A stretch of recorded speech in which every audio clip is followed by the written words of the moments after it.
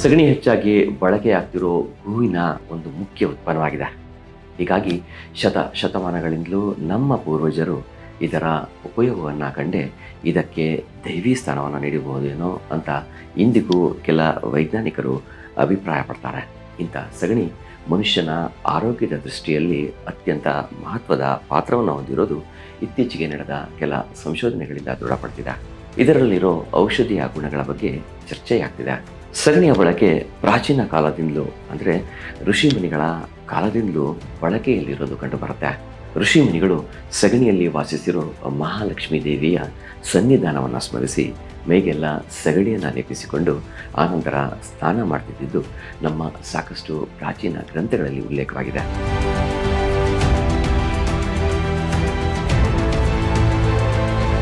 ಅಚ್ಚರಿ ಅಂದರೆ ಇದಕ್ಕೆ ಸಂಬಂಧಪಟ್ಟಂತೆ ನ್ಯೂಯಾರ್ಕ್ ಟೈಮ್ಸ್ನಲ್ಲಿ 1984ರಲ್ಲಿ ಡಾಕ್ಟರ್ ಮೆಕಪರ್ಸನ್ ಅನ್ನೋ ವಿಜ್ಞಾನಿಯೊಬ್ಬ ಒಂದು ಸಂಪೂರ್ಣ ಸಂಶೋಧನಾತ್ಮಕ ಲೇಖನವನ್ನೇ ಬರೆದಿದ್ದ. ಹಾಗೆ ಹಿಂದಿ ಭಾಷೆಯಲ್ಲಿ ಪ್ರಕಟವಾಗೋ ಕಲ್ಯಾಣ ಅನ್ನೋ ಮಂತ್ಲಿ ಮ್ಯಾಗಝಿನ್ನಲ್ಲೂ ಇದರ ಬಗ್ಗೆ ಸವಿಸ್ತಾರವಾದ ಒಂದು ಲೇಖನ ಪ್ರಕಟವಾಗಿತ್ತು. ಹಿಂದೆಲ್ಲ ನೆಲವನ್ನು ಮತ್ತು ಗೋಡೆಗಳನ್ನು ಸಗಣಿಯಿಂದ ಸಾರಿಸ್ತಿದ್ರು. ಸಾಂಕ್ರಾಮಿಕ ರೋಗಗಳಿಗೆ ಕಾರಣವಾದ ಮತ್ತು ರೋಗವನ್ನು ಹರಡೋ ಕ್ರಿಮಿ ಕೀಟಗಳನ್ನು ನಾಶ ಮಾಡೋ ಶಕ್ತಿ ಸಗಣಿಗೆ ಇರೋದನ್ನು ಅವರು ಅರಿತಿದ್ರು. ಹೀಗೆ ಸಗಣಿಯನ್ನು ನೆಲ ಮತ್ತು ಮನೆಗಳ ಗೋಡೆಗಳಿಗೆ ಲೇಪಿಸೋದ್ರಿಂದ ವೈರಸ್ಗಳು ಜೀವಂತವಾಗಿ ಉಳಿಯೋದಿಲ್ಲ ಅನ್ನೋದರ ಬಗ್ಗೆ ನಮ್ಮ ಪೂರ್ವಜರಿಗೆ ಬಹಳ ಹಿಂದೆ ಜ್ಞಾನ ಇತ್ತು. ಇಂದಿನ ವೈಜ್ಞಾನಿಕ ಜಗತ್ತು ಇದನ್ನು ಇತ್ತೀಚೆಗಷ್ಟೇ ಕಂಡುಕೊಂಡಿದೆ. ಸಗಣಿಗೆ ಧೂಳು ಮೇಲಿಳದಂತೆ ಹಿಡಿದಿಡೋ ಗುಣ ಇರೋದನ್ನು ನಮ್ಮ ಹಿರಿಯರು ಅರಿತಿದ್ರು. ಬೀಜದ ಉಪಚಾರದಲ್ಲಿ ಹಣ್ಣು, ತರಕಾರಿ ಮತ್ತು ಧಾನ್ಯಗಳ ಬೀಜಗಳನ್ನು ಸಗಣಿ ಜೊತೆ ಕಲಸಿ ಒಣಗಿಸಿ ನೆಡ್ತಿದ್ರು. ಇಲ್ಲಾಂದರೆ ಸಗಣಿ ನೀರಿನಲ್ಲಿ ನೆನೆಸಿ ಆನಂತರ ನೆಡ್ತಿದ್ರು. ಇದು ಇವತ್ತಿಗೂ ಸಾಕಷ್ಟು ಕಡೆ ಚಾಲ್ತಿಯಲ್ಲಿದೆ. ಧಾನ್ಯಗಳನ್ನು ಸಂಗ್ರಹಿಸಿಡೋ ಕೋಣೆಯನ್ನು ಸಗಣಿಯಿಂದ ಸಾರಿಸ್ತಿದ್ರು ಮತ್ತು ಧಾನ್ಯಗಳನ್ನಿಡೋ ಮಡಿಕೆಗಳಿಗೆ ಸಗಣಿಯನ್ನು ಬಳಿತಿದ್ರು. ಇನ್ನು ಕಸಿ ಮಾಡುವಾಗ ಕೊಂಬೆಯ ತುದಿಗಳಿಗೆ ನೀರು ಆರದಂತೆ ಮತ್ತು ನೀರು ಹೋಗದಂತೆ ಸಗಣಿಯ ಉಂಡೆಗಳನ್ನು ಇಡ್ತಿದ್ರು. ಈ ಪದ್ಧತಿ ಇಂದಿಗೂ ಕೆಲವು ಕಡೆ ಕಂಡುಬರುತ್ತೆ. ಸಗಣಿ ಅನ್ನೋದು ಒಂದು ರೀತಿಯ ಕ್ರಿಮಿನಾಶಕವಾಗಿದ್ದು ಕ್ಷಯ, ಮೈಲಿಬೆನೆ ಅಥವಾ ಸ್ಮಾಲ್ ಪಾಕ್ಸ್ ಹಾಗೂ ಕಾಲರ ರೋಗಗಳ ಜಂತುಗಳನ್ನು ನಾಶಪಡಿಸಿ ಆ ರೋಗಗಳು ಇನ್ನೊಬ್ಬರಿಗೆ ಹಬ್ಬುವುದನ್ನು ತಡೆಯುತ್ತೆ. ಹೀಗಾಗಿ ಸಗಣಿಯ ಸಂಪರ್ಕದಲ್ಲಿರೋ ವ್ಯಕ್ತಿಗಳಿಗೆ ಕ್ಷಯ ಮತ್ತು ಮೇಲಿಬೆನೆ ಸೋಂಕು ಸಾಮಾನ್ಯವಾಗಿ ತಗುಲೋದಿಲ್ಲ. ಡಾಕ್ಟರ್ ಎಡ್ವರ್ಡ್ ಜೆನ್ನರ್ ಅನ್ನೋ ವಿಜ್ಞಾನಿ ಸಗಣಿಯಿಂದ ತನಗೆ ಹಾಗೂ ತನ್ನ ಸೇವಕರಿಗೆ ಸ್ಮಾಲ್ ಪಾಕ್ಸ್ ರೋಗದ ಸೋಂಕು ಆಗದಂತೆ ನೋಡಿಕೊಂಡು ಅನೇಕ ರೋಗಗಳಿಗೆ ಸಹಾಯ ಮಾಡಿದ್ದಷ್ಟೇ ಅಲ್ಲದೆ ಈ ರೋಗವು ಮತ್ತಿನ್ಯಾವತ್ತೂ ಬರದ ಹಾಗೆ ಶರೀರ ತಡೆಯುವ ರೋಗ ಪ್ರತಿರೋಧಕ ಶಕ್ತಿಯನ್ನು ಬೆಳೆಸೋ ಔಷಧಿಯನ್ನು ಗೋವಿನ ಶರೀರದಿಂದಲೇ ತಯಾರಿಸಿ ಜಗತ್ತಿಗೆ ಕೊಡುಗೆಯಾಗಿ ಕೊಟ್ಟಿದ್ದಾನೆ. ಇಟಲಿ ದೇಶದಲ್ಲಿ ಇಂದಿಗೂ ಬೇಸಿಗೆಯ ಕೊನೆಯಲ್ಲಿ ಹಾಗೂ ಮಳೆಗಾಲದ ಆರಂಭದಲ್ಲಿ ಕಾಲರ ರೋಗ ಹಬ್ಬಬಾರದು ಅಂತ ನೀರಲ್ಲಿ ಸಗಣಿಯನ್ನು ಬೆರೆಸಿ ಕುಡಿಸೋ ವ್ಯವಸ್ಥೆ ಇದೆ.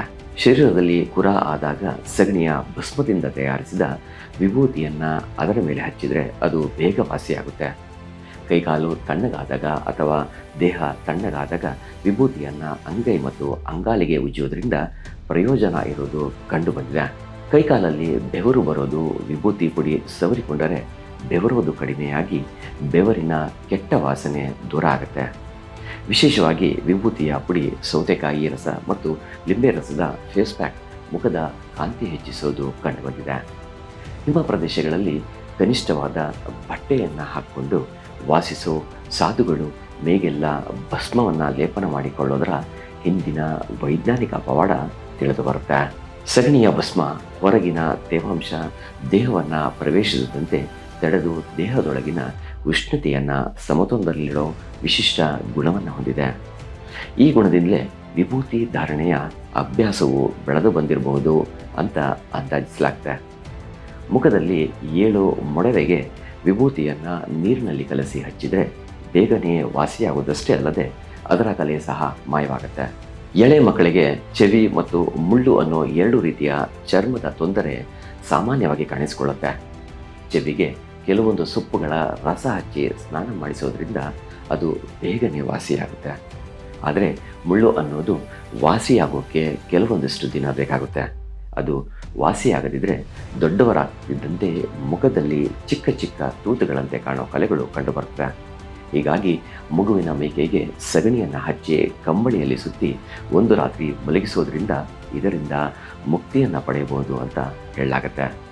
ಇದೇ ಕಾರಣಕ್ಕೆ ಕೆಲವೆಡೆ ಇಂದಿಗೂ ಗ್ರಾಮೀಣ ಭಾಗದಲ್ಲಿ ಈ ಕಾಯಿಲೆಗೆ ಇದೇ ರೀತಿಯ ಉಪಚಾರ ಅಭ್ಯಾಸವಾಗಿರುವುದು ಕಂಡುಬರುತ್ತೆ. ಮುಖ್ಯವಾಗಿ ಸಗಣಿಯ ಗೊಬ್ಬರ ಕೃಷಿ ಭೂಮಿಗೆ ಅತ್ಯುತ್ತಮ ಗೊಬ್ಬರವಾಗಿದ್ದು, ಇದನ್ನು ಬಳಸಿ ಬೆಳೆದ ಬೆಳೆಗಳಿಗೆ ರೋಗ ನಿರೋಧಕ ಶಕ್ತಿ ಹೆಚ್ಚಿರೋದಷ್ಟೇ ಅಲ್ಲದೆ ರುಚಿಯಾಗಿರೋದು ಕಂಡುಬಂದಿದೆ. ಇದಷ್ಟೇ ಅಲ್ಲದೆ ಸಗಣಿಯ ಗೊಬ್ಬರ ಭೂಮಿಯ ಫಲವತ್ತತೆಯನ್ನು ಹೆಚ್ಚಿಸುವುದರ ಜೊತೆಗೆ ಮಣ್ಣಿನ ತೇವಾಂಶವನ್ನು ಕಾಪಾಡೋದು ಸಾಬೀತಾಗಿದೆ.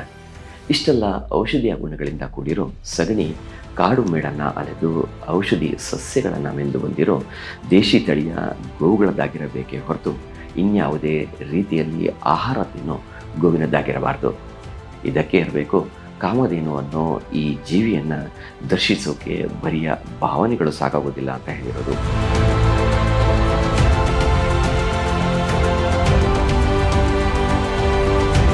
ಮುಂದಿನ ಎಪಿಸೋಡ್ನಲ್ಲಿ ಮತ್ತೊಂದು ಗೋವಿನ ಕುರಿತಾದ ಮಾಹಿತಿಯೊಂದಿಗೆ ನಿಮ್ಮನ್ನು ಭೇಟಿಯಾಗ್ತೀನಿ. ನಮಸ್ಕಾರ.